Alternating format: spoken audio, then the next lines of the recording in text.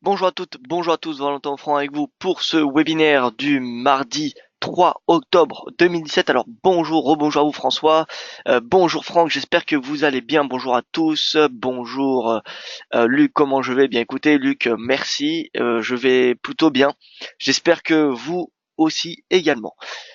Pierre-Yves que je salue, Didier également, Foot 600 à 7450, écoutez c'est parfait.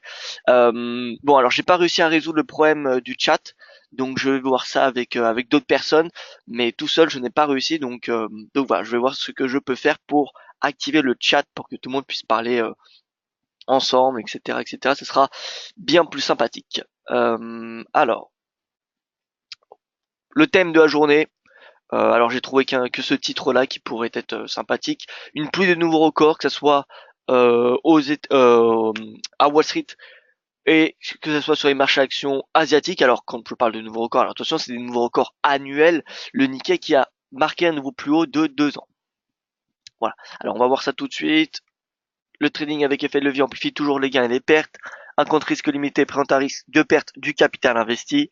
L'investissement sur compte titre présente un risque de perte en capital. IG fournit exclusivement un service d'exécution d'ordre. La présentation est indicative et ne saurait être considérée comme un conseil ou une recommandation d'investissement. Voilà, j'espère que vous avez pris connaissance de cet avertissement grâce au risque. Le résumé des sciences américaines et asiatiques, comme vous avez l'habitude. Concrètement, ce graphique-là nous montre clairement qu'il y a de l'appétit pour le risque avec une poussée du dollar US, le dollar qui progresse de 0,65%, le Dow Jones, le S&P, le Nasdaq qui sont tirés par l'appétit pour le risque, les rendements obligataires américains qui restent stables, ce qui veut dire que le marché bancaire, le secteur financier, n'est pas celui qui surperforme pour le moment. Voilà, parce que comme vous savez, le secteur financier, il est beaucoup corrélé à ce T-note, le rendement du T-note à 10 ans. Du côté de la science asiatique, on a cet appétit pour risque qui s'est poursuivi avec un recul du yen, le gold qui rebondit sur un niveau de support important, le Nikkei, le Hang Seng et le MSCI Pacifique qui progressent avec tout de même le Hang Seng en haut du podium, suivi par le Nikkei qui quand même progresse de 1,05%, ce qui est quand même assez important. Alors, Euro GBP soutenu par une trendline haussière malgré son repli. Alors, on va voir ça ensemble. Didier, merci pour vos explications. Écoutez, Didier, c'est avec un plaisir. Franck en daily, très bien. Alors, on va voir tout ça ensemble. Bonjour à vous, Camille, pardon. Bonjour François Hoffman, j'espère que vous allez bien. GBP NZD, divergence baissière en daily. GBP USD 1,32. Ah bon, on va voir. Il y a plein de questions déjà. C'est bien. Ça va être particulièrement intéressant aujourd'hui. Calendrier économique de la journée. Alors, concrètement, on n'a pas grand-chose. On a quasiment rien, même 10h30. Il y a l'indice PMI, PMI du Royaume-Uni. Après, des indices PMI européens plutôt stables. À part pour la France, le PMI manufacturier qui a augmenté de 1 point de base.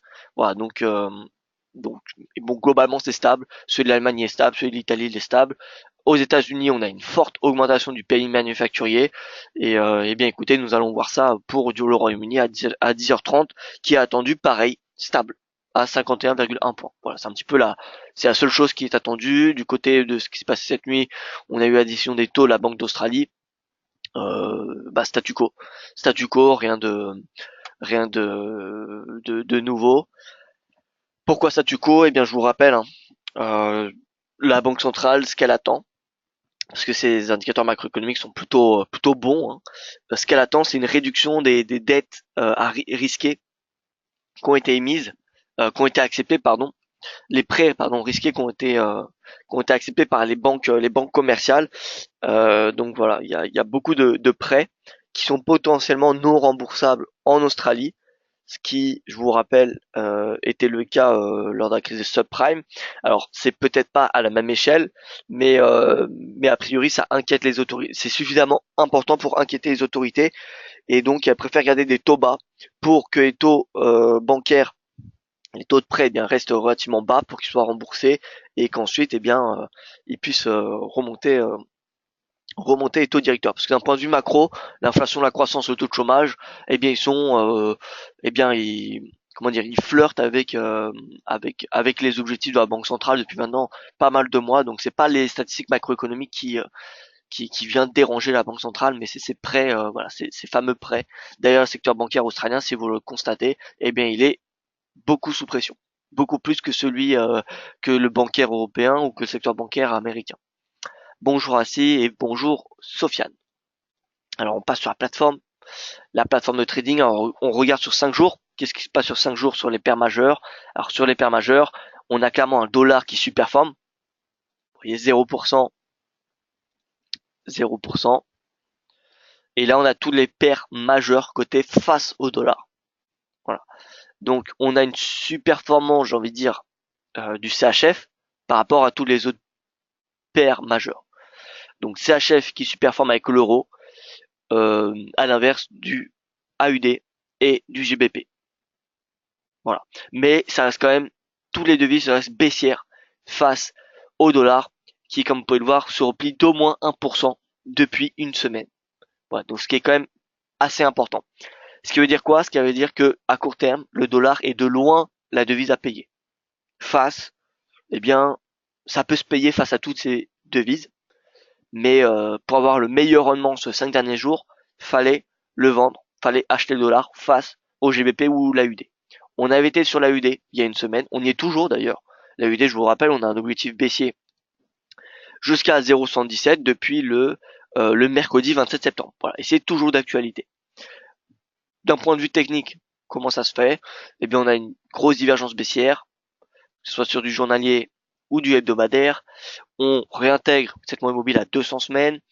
Sur le journalier, on casse cette moyenne mobile à 50 jours. Le RSI casse 50, bref. On n'a pas vraiment de signaux pour passer à l'achat sur l'AUD USD. Voilà.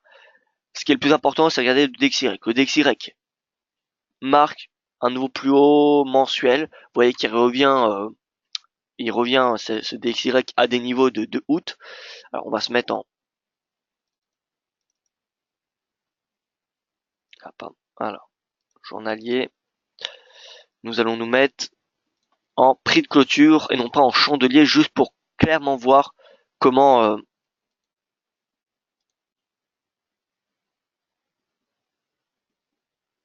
voilà. Alors prix de clôture, et là vous pouvez voir quand même que le DXY il est quand même assez élevé. Il teste un niveau de résistance à ce moment, 93,60. Voilà, 93,60 c'est un niveau de résistance, mais vous voyez clairement que le DXY est haussier, qui a été précédé par une divergence haussière sur le graphique journalier. Donc voilà, concrètement, moi je suis bullish sur le DXY, sur le dollar depuis maintenant une semaine. Ça fait 3 semaines 3 semaines de hausse consécutive, ce qui n'a pas été vu depuis le mois de février. On a une cassure de 50 du RSI. Voilà, bref, on a quand même pas mal de signaux pour être à l'achat, pour privilégier les positions acheteuses sur dollar dorénavant. Donc voilà, pour ceux qui ne sont pas à l'achat sur DXY, personnellement, j'aurais plus envie de les inviter à, à ces achats de dollars pour améliorer le rendement. Alors, je fais un tour des paires majeures et ensuite je passe aux questions pour tout ce qui est les paires croisées, voilà, GBP, NZD, etc. J'y viens juste après, je fais juste un tour des paires majeures. Ce qu'il faut comprendre sur les paires majeures, c'est qu'il faut acheter le dollar, tout simplement. Donc AUD, USD, c'est vente jusqu'à moyenne mobile à 200 jours. L'euro-dollar, pareil, ça se vend jusqu'à 1,15. Avec une grosse divergence baissière, on a une sortie du canal, cassure la moyenne mobile à 50 jours, cassure de ce niveau de support qui est devenu résistance, vous voyez, excellent pullback en fin de semaine dernière. Le RSI qui casse 50, voilà, on a typiquement un retracement qui va avoir lieu jusqu'à au moins, je dirais, 38,2% de retracement de cette tendance haussière, de ce fameux rallye haussier. Voilà, donc moi, je suis baissier sur l'euro-dollar. En intraday, je suis également aussi baissier. En fait, tant que le DXY sera haussier en intraday, je serai baissier sur l'euro. Donc là, on voit clairement que le DXY est haussier. Donc l'euro est sous pression. Regardez, plus 0,13% sur le DXY, moins 0,13% sur l'euro. Le GBP USD. GBP USD qui voilà, le marché prend des gros bénéfices sur le GBP après une forte performance, ce qui est plutôt normal. En fin de compte, le GBP retrace un peu plus de 38,2% hier. Ce matin, on est venu toucher 50%. Donc techniquement, on arrive sur un niveau de retracement particulièrement important où le cours pourrait décider de rebondir. Maintenant, vu la performance du dollar, ça m'étonnerait que le GBP surperforme. Néanmoins, il pourrait ralentir dans sa baisse. C'est fort possible que le GBP vienne quand même baisser avec un plus faible momentum jusqu'à tendre vers cette moyenne mobile à 50 jours, puis jusqu'à 1,30. Honnêtement, je pense qu'il y a des fortes probabilités qui viennent sur les 1,30. Pourquoi? Alors, si on regarde l'euro GBP, on a une divergence haussière. Voilà, une belle divergence haussière qui coïncide avec le rebond sur cette moyenne mobile à 200 jours, sur les 61,8% de retracement de cette tendance haussière et d'un prix de clôture mensuel. C'est-à-dire quoi? C'est-à-dire qu'on a un signal d'achat sur l'euro GBP, c'est-à-dire achat euro, vente GBP. On a également une tendance baissière sur le GBP USD, ou en tout cas une correction, donc vente GBP. Voilà, sur les deux devises les plus importantes en termes sur la lire sterling, eh bien, c'est vente GBP.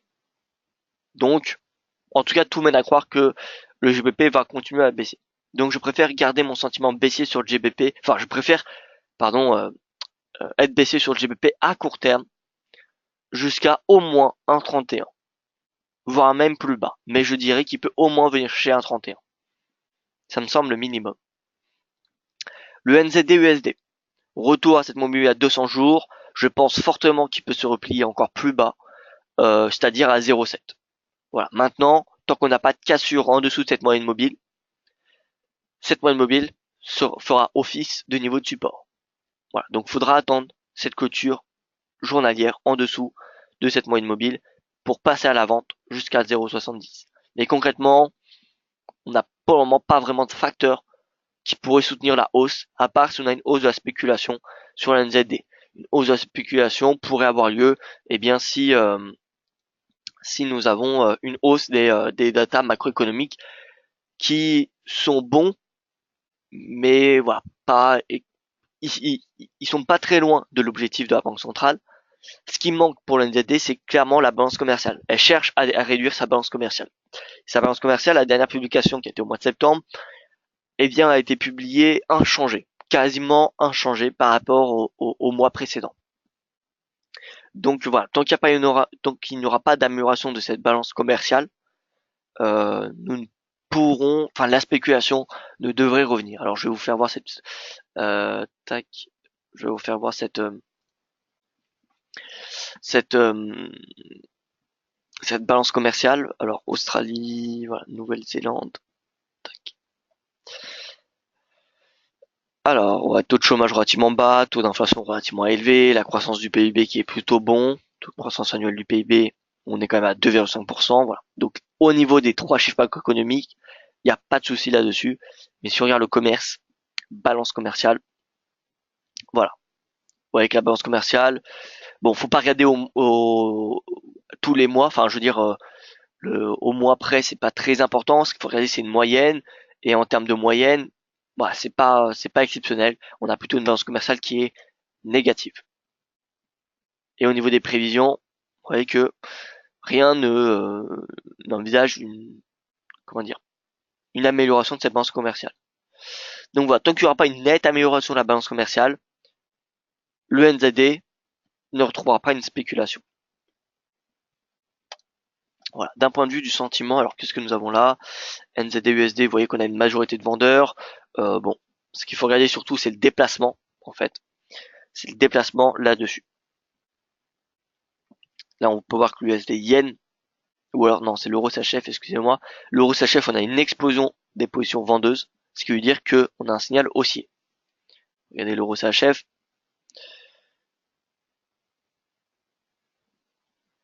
Euro CHF. Ah, on a eu deux qui augmentent en fin de compte. Hausse des positions acheteuses, hausse des positions vendeuses. Bref. Alors, qu'est-ce qu'on a de sympathique au niveau des signaux du sentiment? Alors, on a toujours les indices qui sont fortement vendus. Regardez le DAX, FTSE, S&P, Dow Jones. Voilà, on a quand même, c'est le CAC 40 également qui sont haussiers et pourtant le RSI enfin le sentiment est extrêmement vendu.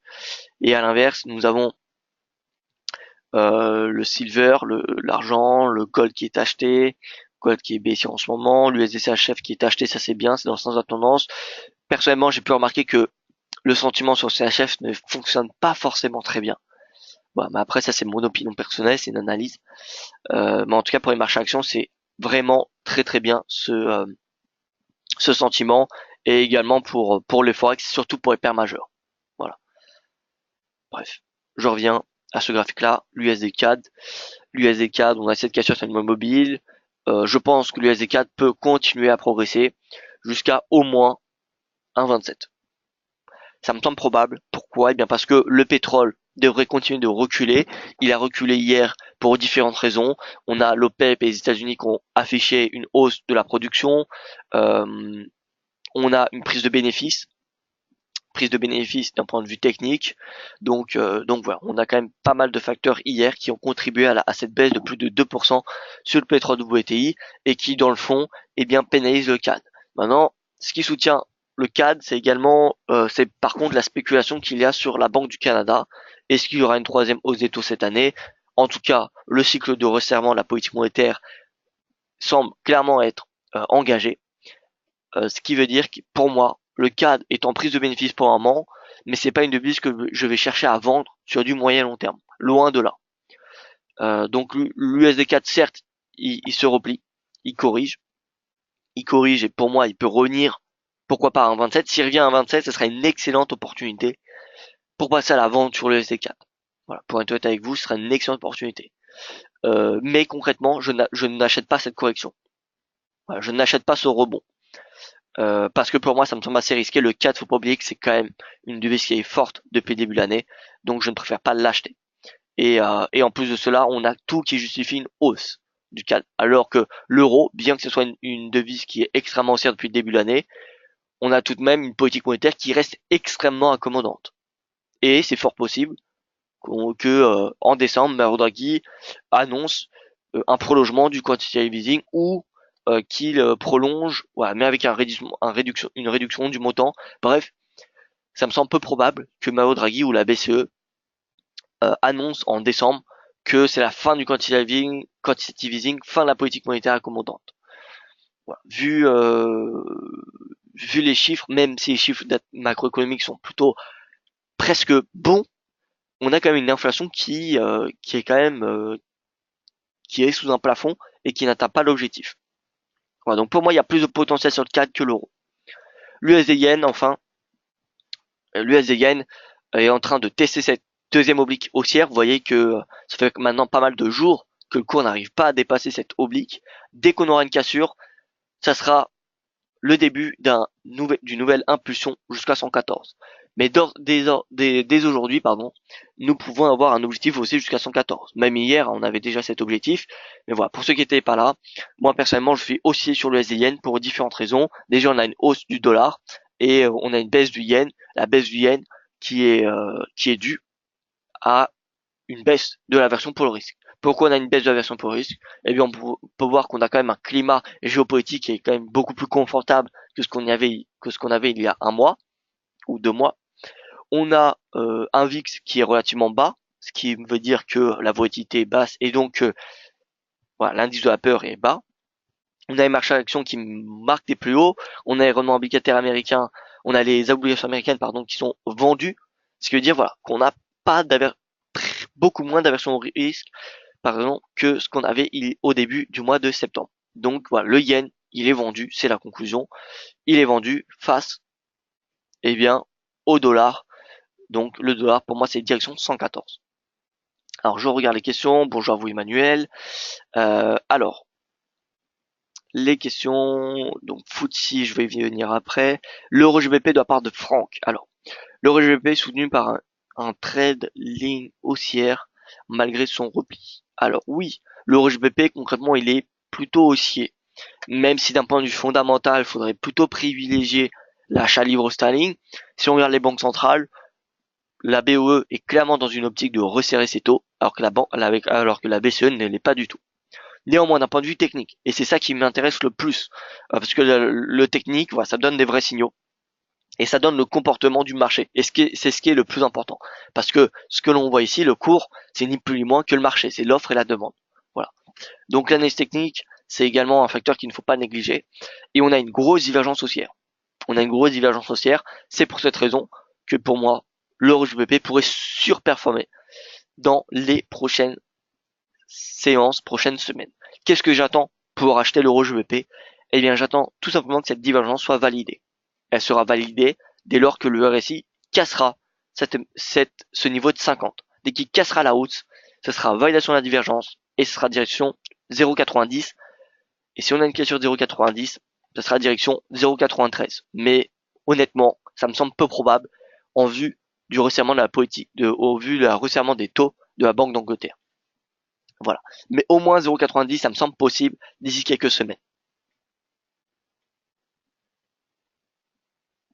L'euro yen, on continue l'euro yen, ensuite GBP, NZD.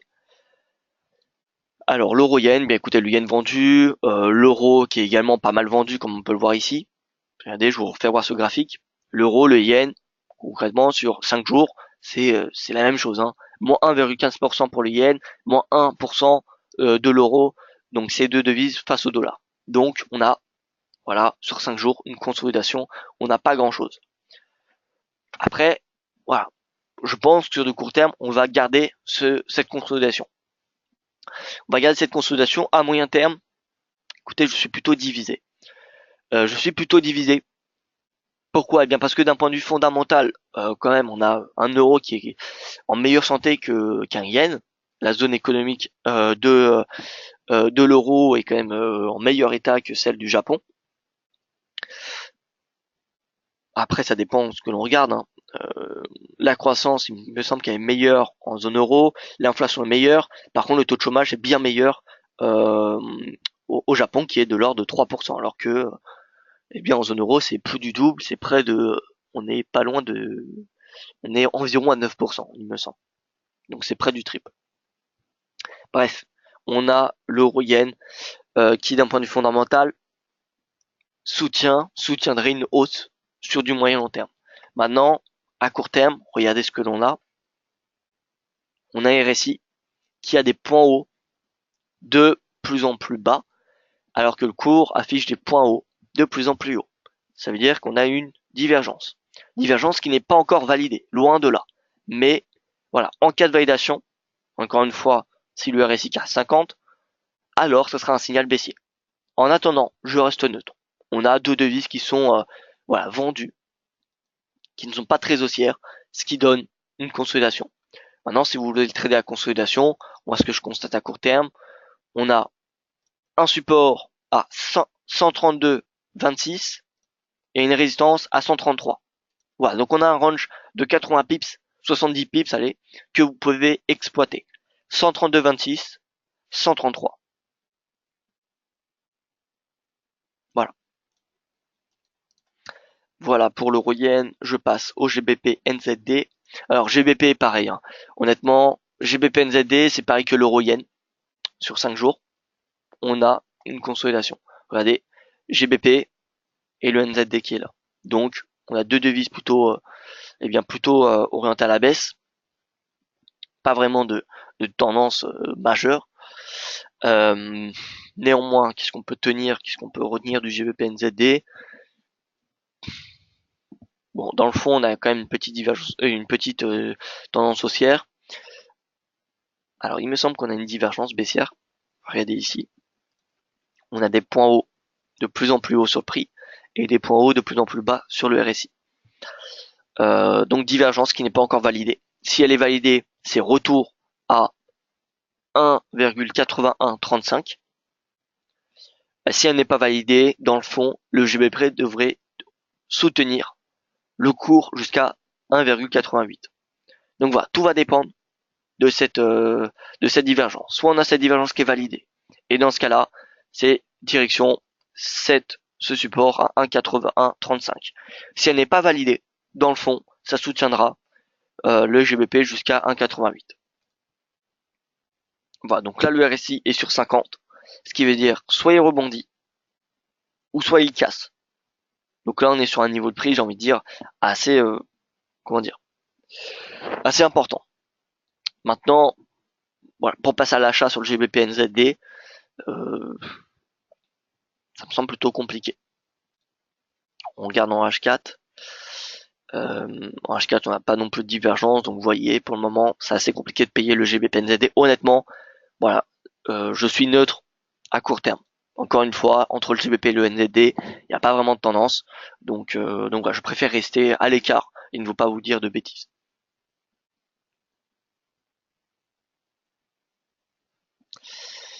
François, l'euro-dollar à 1,17. Alors, est-ce que c'est possible l'euro-dollar à 1,17? Eh bien oui, moi François, je pense que c'est possible. Je pense même bien en dessous. Ah, pardon, il a atteint 1,17. Mais écoutez, c'est parfait.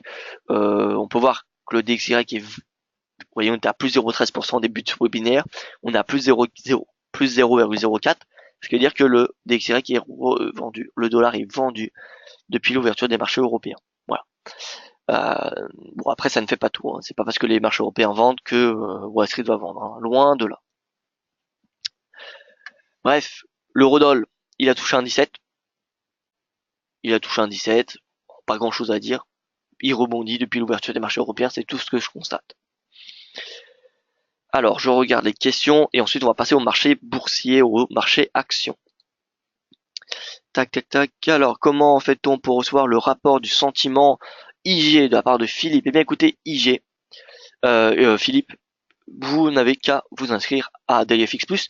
Si vous assistez à ce webinaire, normalement, vous devez avoir reçu un compte de démonstration IG. Et donc, vous allez dans DailyFX+, vous vous connectez à à cet endroit-là qui est réservé aux clients IG et au compte de démonstration IG.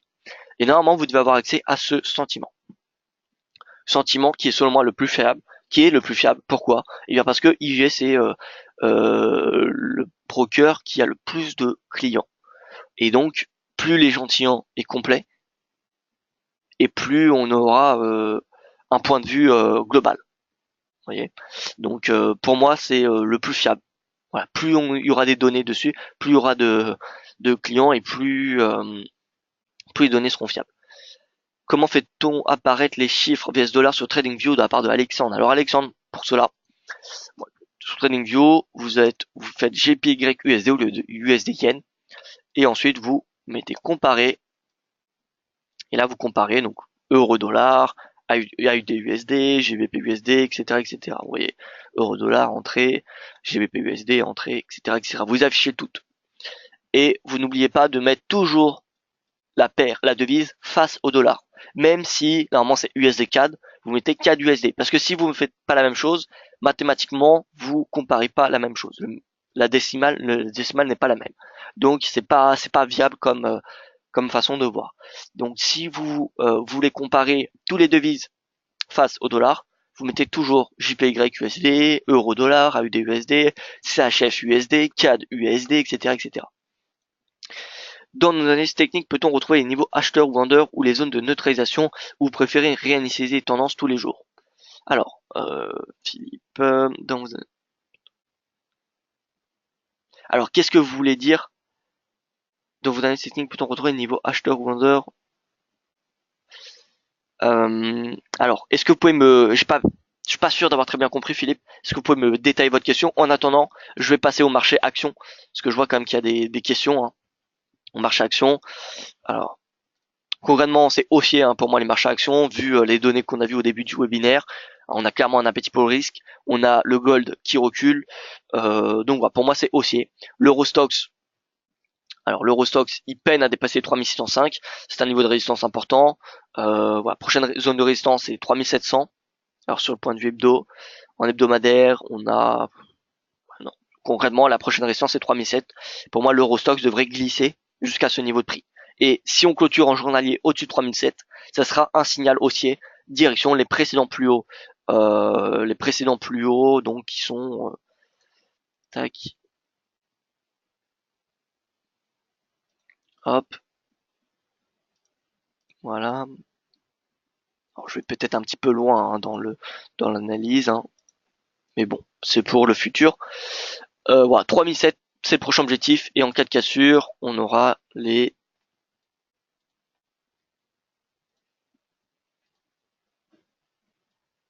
3008. Voilà, tout simplement. L'Eurostox, c'est l'indice. Si vous voulez trader les seuils psychologiques, l'Eurostox, c'est l'indice qu'il vous faut. Pour moi, il n'y a pas plus propre comme indice réagissant sur les seuils psychologiques. Honnêtement, c'est vraiment, vraiment propre. Regardez les 3400 par exemple. 3400. Rebond. Vous voyez, rebond ici, rebond ici. 3005. Résistance. Bas du gap. Enfin, le haut du gap. Support. Cassure. Bref. 3005. 3006. Résistance, résistance, résistance, résistance. Et ici, résistance, baisse du momentum. 3007. Résistance. Voilà. Et on pourrait faire tous ces niveaux-là. Sur l'Eurostock, c'est vraiment les subs psychologiques sur l'Eurostock, c'est formidable. Hein. Si vous voulez trader les subs psychologiques, je vous invite juste à regarder par vous-même, à constater, et vous allez voir que il est très très propre cet Eurostox. Le CAC, direction les 5005, direction les précédents plus hauts. Alors en intraday, donc je suis haussier, hein, donc pour avoir un objectif intraday, eh bien, on va dire que les 3000, 5300, et 5370, ça me semble le maximum qu'on pourrait atteindre en intraday. Le DAX revient sous ses plus hauts, 12 920. Il est à 80 points, même pas de ses nouveaux records. Il est à 30 points de marquer, 34 points de marquer des nouveaux records. Voilà, ce qui montre bien quand même qu'on a de l'appétit pour le risque. Et le DAX est direction 13 000. Voilà, faut pas oublier, malgré le fait qu'il y a la Corée du Nord, etc. Personne ne peut anticiper la Corée du Nord. Donc les marchés doivent faire avec. Faut pas oublier que le mois d'octobre, c'est quand même 80% de probabilité de hausse sur le CAC 40 et sur l'ensemble des marchés à actions. C'est-à-dire quoi, 80% de probabilité? C'est-à-dire que depuis 40 ans, statistiquement, 8 fois sur 10, le mois d'octobre est gagnant. Et c'est le début du rail haussier qui a lieu jusqu'à l'été de l'année prochaine. Voilà, fin printemps, début d'été de l'année prochaine, c'est-à-dire en mai, quoi. En général, octobre, c'est le début, c'est l'impulsion qui est donnée jusqu'à avril. En tout cas, d'un point de vue statistique, c'est le cas. Donc on est au début du mois d'octobre, on est au début, j'ai envie de dire, d'une nouvelle impulsion, d'un point de vue statistique, on est au début d'une nouvelle tendance haussière. Voilà. Donc 13 000, ça me semble fortement possible. D'autant plus que le VIX est extrêmement bas. Alors, soit on voit le verre à moitié vide, ou soit on voit le verre à moitié plein. C'est-à-dire que le VIX est extrêmement bas. Donc il a énormément de chances de rebondir, parce qu'il est à des plus bas historiques. D'accord. Donc il a extrêmement de chances de rebondir, et donc je vous rappelle, si le VIX rebondit, on aura une baisse des marchés actions, parce que l'indice de la peur rebondit, la volatilité c'est pas quelque chose de sain pour les marchés actions, et donc c'est un repli des marchés actions. Bref, soit le VIX rebondit, et dans ce cas c'est baissier pour les marchés actions, ou soit on voit le fait que le VIX est baissier, le VIX est à des plus bas, et tant qu'il a des plus bas, eh bien les marchés actions sont haussiers, ce qui est vrai. Et le VIX est à des plus bas, d'un point de vue mensuel, il est à des plus bas depuis le mois de février de cette année, il me semble. Février ou mars. Ça veut dire que si en février-mars vous vous étiez dit le VIX est à un plus bas mensuel, alors je vais arrêter d'acheter les marchés actions, eh bien regardez le DAX depuis février-mars. Puis février-mars, le DAX a peut-être pris, allez, on va faire comme ça rapidement, 9, 10% presque. Wall Street. Février-mars, voilà, février-mars, on va prendre entre les deux, 8%. Le CAC, février-mars, 9%. Donc vous voyez, clairement, ça dépend la vision qu'on a. Je pense qu'il faut continuer dans la lignée tant que le VIX rebondit pas. C'est parfait, honnêtement. Maintenant, faut pas non plus être trop surexposé. Donc voilà, je suis aussi sur le marché actions. Maintenant, attention, faut pas oublier que le VIX est à des points extrêmement bas. Et la dernière fois qu'il a été à des points extrêmement bas, ça a été la crise des subprimes ou la bulle technologique.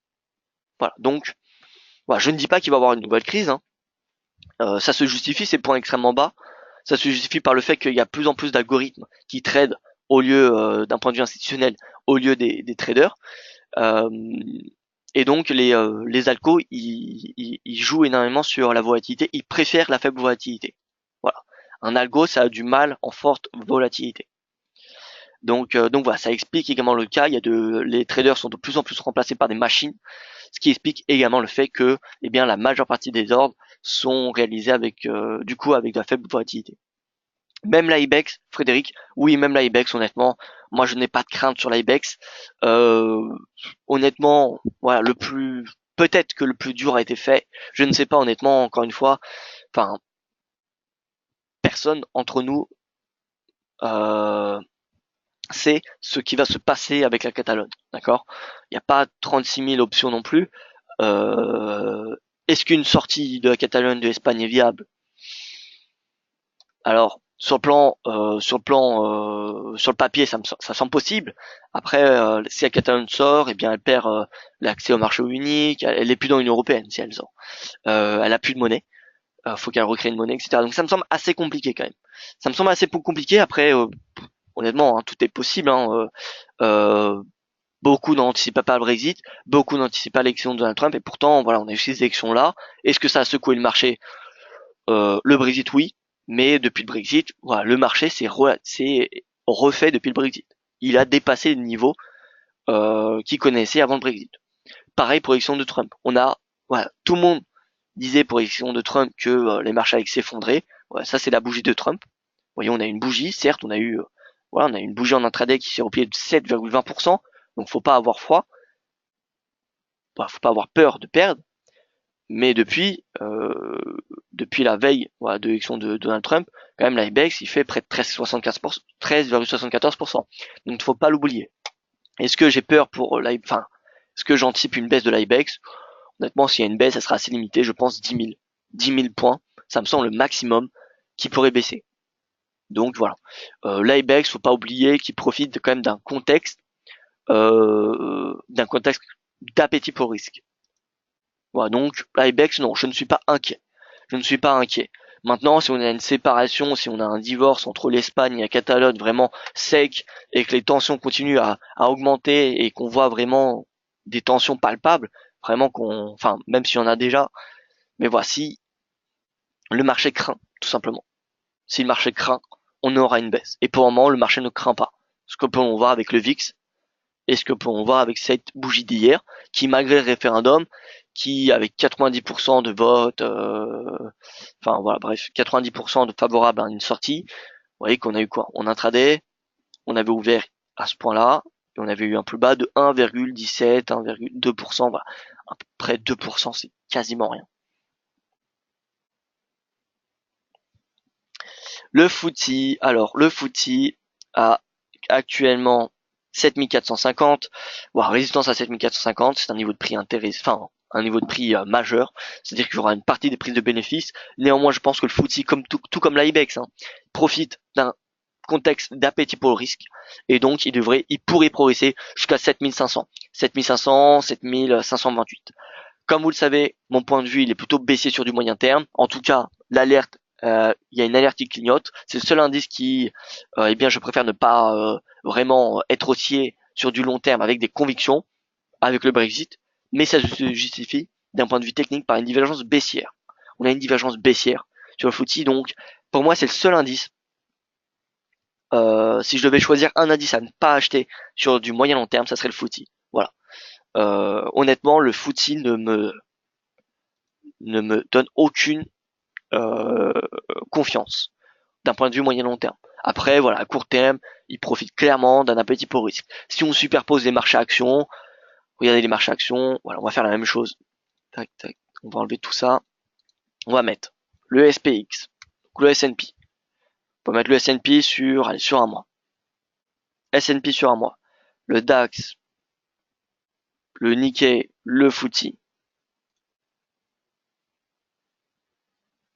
Bon, c'est pas très propre, c'est le problème de TradingView, là on n'a pas tous les données, mais regardez, concrètement, ce qui est important à regarder, c'est que c'est haussier.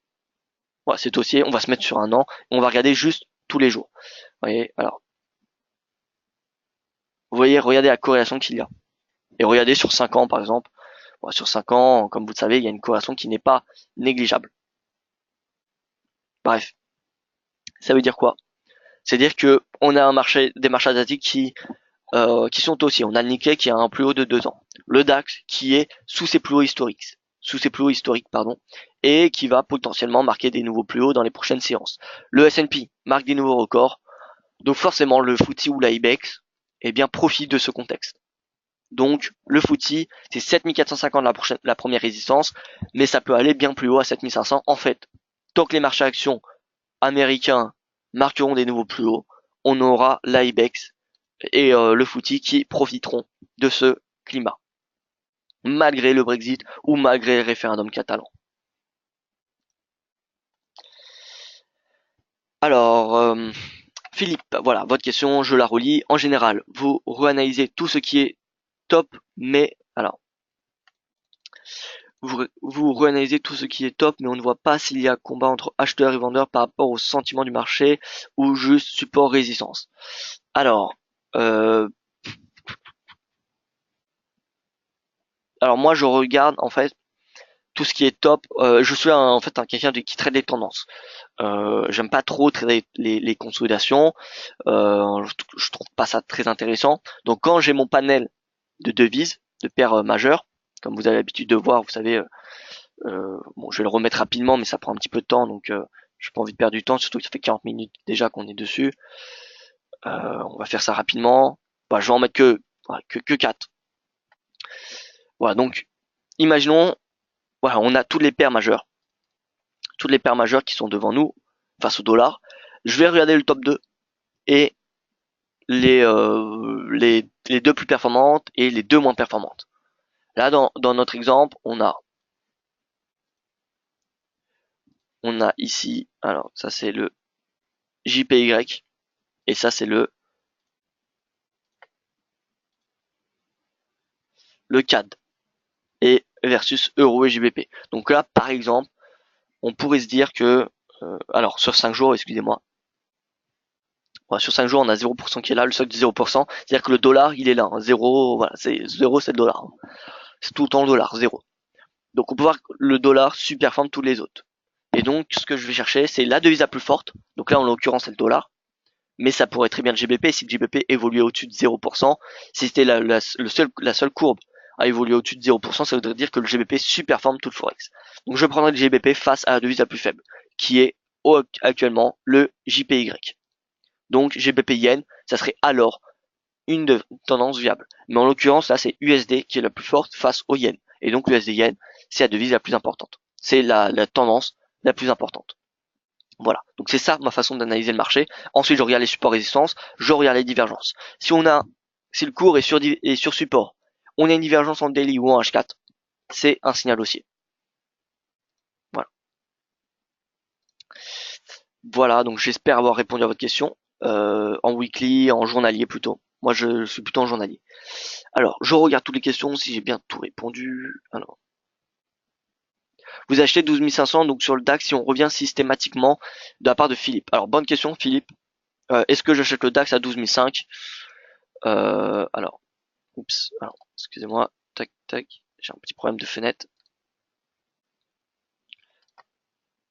12 500, oui, alors concrètement, si le DAX revient à 12 500, ça serait oui un bon point d'entrée pour passer à l'achat. Oui, concrètement, oui, ça serait une bonne opportunité. Ça serait une bonne opportunité, pourquoi? Eh bien parce que c'est un seuil psychologique. C'est un seuil psychologique, d'un point de vue FIBO, c'est quand même, vous voyez, 12 500, c'est entre 50 et 38,2% de retracement de Fibonacci. Euh, donc, oui, si on a un retour à 12 500, ça se paye. Les 12 000, je pense, malheureusement, qu'on peut les oublier maintenant. À part si, voilà, le risque est toujours prudent, mais on peut pas se baser que là-dessus s'il y a des hausses de tension avec la Corée du Nord. Nous, on peut pas se dire bon, on attend la Corée du Nord, on attend la Corée du Nord. Vous voyez, personne ne sait ce qui va se passer. Soit il va rien se passer, soit il va tout se passer. Donc voilà, personne ne le sait. Donc il faut faire sans. Malheureusement, faut prendre en compte, mais il faut pas rester bloqué là-dessus. Donc oui, il y a la Corée du Nord qui pourrait remettre en cause la tendance haussière, mais pour un moment, elle ne remet pas en cause. Donc 12 taxes à 12 500, oui, ça s'achète. Accès aux voix SVP sur TradingView. Alors, accès aux voix. Alors, je ne vois pas de quoi vous voulez parler. Accès aux voix, Philippe. Est-ce que vous pouvez me détailler un petit peu votre question? Alors, le Nikkei présente une belle configuration de long terme avec Hans et TAS qui pourraient casser ses plus hauts de la part de Sofiane. Alors, je vais regarder ça à long terme. Alors,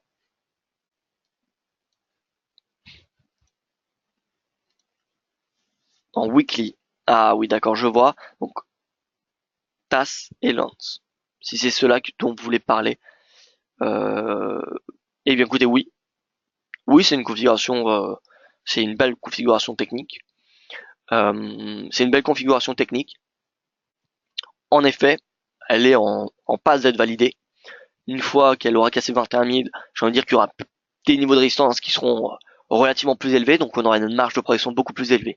Voilà, donc pour moi, si on casse les 21 000 points, excusez-moi, avec cette magnifique configuration chartiste, alors oui, ça renforce le biais haussier, mais même en enlevant cette configuration chartiste, on casse 21 000 points, ça sera un fort signal haussier.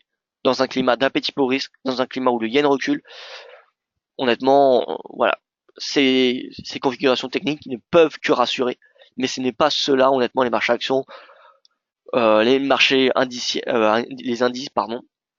C'est intéressant les configurations chartistes, mais je ne dirais qu'il n'y a pas forcément besoin de cela pour les trader. À l'inverse du forex, etc., où là, c'est pour moi beaucoup plus important de les trader. Mais les indices, il y a beaucoup plus de chances de passer d'être haussier que baissier. Donc ensuite, voilà, configuration technique ou pas, bon, cassure d'un nouveau plus haut, c'est un signal haussier. Comment expliquez-vous qu'il y ait tellement de gens dans le mauvais sens de la part de Philippe? Alors, alors malheureusement, personne n'en peut être sûr.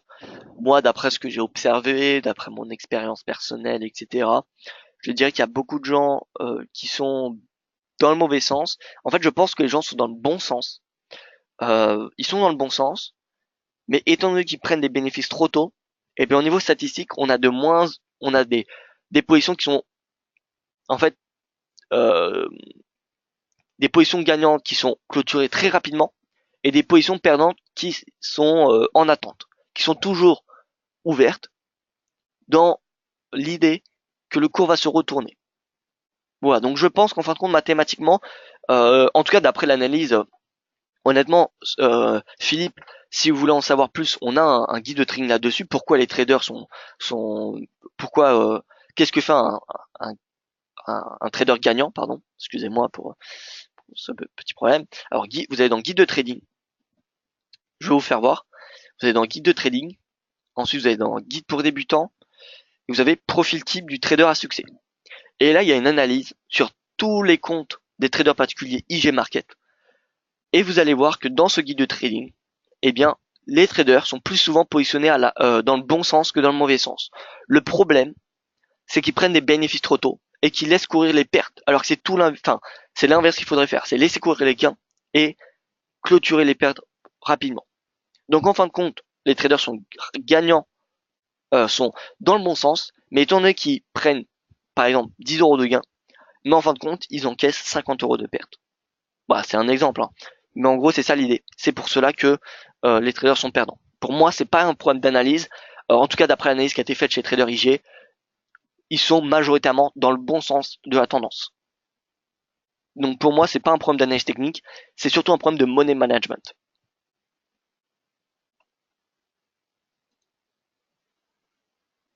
Alors, accès au VIX. Alors le VIX, vous l'avez sur, et bien sûr, Pro Real Time. Si vous êtes chez IG, vous pouvez, si vous avez le compte de démo ou même si vous êtes client, vous tapez le VIX, vous l'avez. Hein. Vous l'avez. Vous pouvez même le trader le VIX. Hein. Ça se trade. Hein. Ah mince, c'est pas le bon. Le VIX se trade. Alors, faut chercher le bon. Ah, c'est celui-là. Excusez-moi. Alors, comment ça se fait que peut-être que je ne l'ai pas activé parce que j'ai pas activé tous les marchés pour être honnête avec vous. Par exemple, si j'ai pas les actions sur ma plateforme parce que je regarde pas tous les jours les actions. Voilà, donc bon, je l'ai pas validé, enfin je l'ai pas comment dire activé. Je l'activerai pour les prochains webinaires. Mais sinon, vous l'avez gratuitement également sur la plateforme TradingView. Vous allez dans TradingView, VIX, c'est pas plus compliqué. Volatilité et voilà. Alors, on ne peut pas avoir les données intraday, c'est ça le problème avec le VIX. Tac. Ah, je suis obligé d'enlever cela. Et donc, voilà, on peut pas avoir le VIX en intraday sur la TradingView. Ça, c'est dommage. Alors que sur chez IG, chez PRT, voilà, enfin sur Pro Real Time chez IG, ou même sur la plateforme de trading, voilà, de IG Market, vous pouvez l'avoir en 5 minutes, etc. Voilà. Mais bon, là, vous l'avez en daily. Si c'est suffisant pour vous, tant mieux. Si ce n'est pas le cas, sachez que vous pouvez l'avoir chez IG en intraday. Voilà, donc là, on peut voir quand même que le VIX, il est extrêmement bas. Alors, les dernières questions qui arrivent. En intraday, au bout de combien de temps vous considérez qu'un gap ne sera pas refermé? Merci pour toutes vos réponses, c'est sympa. Alors, écoutez, aucun souci pour les réponses, ça me fait plaisir de pouvoir y répondre. Au bout de combien de temps? Alors, je ne dirais pas que c'est une question de temps. Pour moi, un gap, ça dépend si c'est un gap. Si c'est un petit gap, je dirais qu'il est valide. Allez, une semaine. Si c'est un grand gap, comme le gap Macron, je vous rappelle sur les marchés actions, dans ce cas-là, il est valable quand même beaucoup de temps. Regardez il est valable, je dirais au moins 2-3 mois. Regardez ce gap Macron, il a fait quand même office de support pendant pas mal de semaines. Hein. Le gap ici et ici. Vous voyez, et ensuite il a fait office de résistance. Donc c'est relatif. J'ai pas de règles, c'est pas écrit dans un bouquin combien de temps il valide un gap. C'est relatif.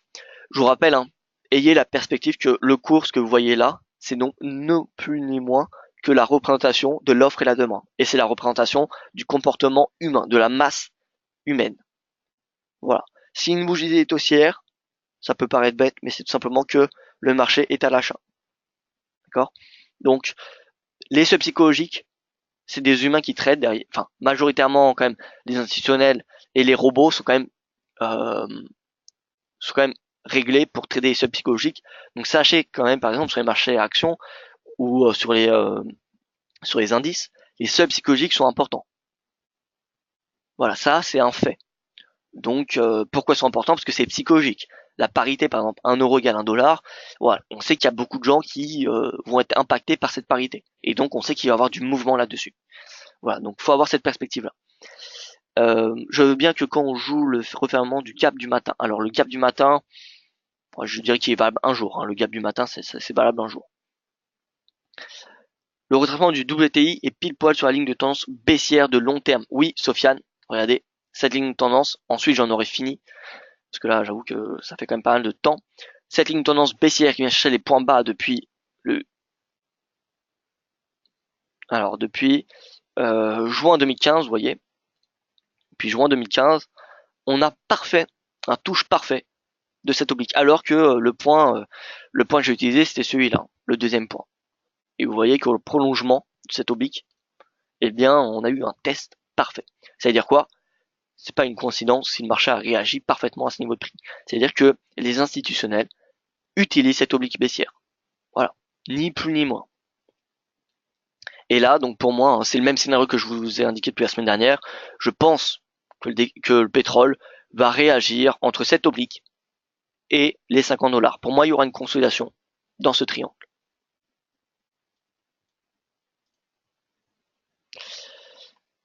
On attend maximum 11 heures. Alors Philippe. Oui, alors pour moi le gap c'est valide toute la journée.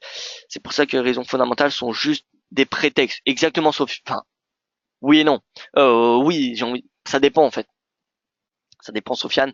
Euh, voilà, ce sont des prétextes. On peut dire ça comme ça. C'est des prétextes. Après, c'est pas dire que c'est un prétexte dans le sens que c'est c'est faux. Il y a des prétextes quand même. Certes, parfois c'est illogique ce que fait le marché, mais comment dire, c'est pas des mauvais. Il y a des fois où c'est souvent ce n'est pas des mauvais prétextes. S'il y a une hausse, c'est souvent dû parce qu'il y a une amélioration des chiffres macroéconomiques. Voilà, donc oui, les points fondamentaux, ça peut être comme des prétextes, ça peut être une étincelle en fait, ça peut être l'étincelle qui va permettre l'impulsion haussière. Et ensuite, c'est pour ça qu'il faut toujours, je pense, combiner l'analyse technique et fondamentale. Même si concrètement, un trader peut très bien réussir sans faire d'analyse technique ou sans faire l'analyse fondamentale. Voilà. Après, ça dépend. Ça dépend. Moi, je préfère, comme vous, hein, j'ai a priori, hein, euh, on est plus en train de combiner les deux analyses parce que ça va renforcer notre biais. Et moi, je préfère être plus serein et voilà. Dès que j'ai une convergence entre une analyse fondamentale et technique, je suis beaucoup plus confortable et enclin à prendre du risque. Voilà. Mais oui, Sofiane, je suis plutôt d'accord, on va dire, que les raisons fondamentales sont principalement des prétextes. Voilà. Voilà, j'arrondirai un petit peu les angles. Voilà, écoutez, moi j'ai plus rien à rajouter, je vois qu'il n'y a plus de questions, on a fait quand même pas mal de temps, 56 minutes. Merci à vous pour ce temps que j'ai passé avec vous. Excellente journée, on se retrouve demain, même heure. Sinon, on se retrouve ce soir à 18h en française pour le prochain webinaire, un webinaire éducatif. Donc voilà, n'hésitez pas à me rejoindre ce soir, sinon on se retrouvera demain à même heure, à même salle de trading pour un prochain point de marché. Merci à vous et excellente journée.